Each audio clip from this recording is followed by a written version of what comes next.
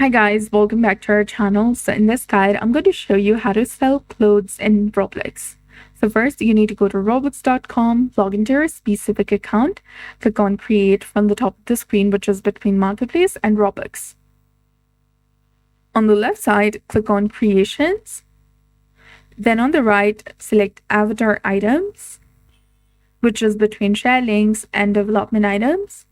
Then click on classics, which is between accessories and animations in the top. If you haven't already, you'll need to upload clothing assets. You can choose to upload t-shirts, shirts, or pants. So click on upload asset. Here, select the asset type, which is t-shirt, and upload the format, and upload your picture in the format JPG, PNG, TGA, or BMP. Then after, name it. You can also write a description if you want. And then you need to upload by spending 10 Robux from your account. And once you have it uploaded, you need to go ahead and select it.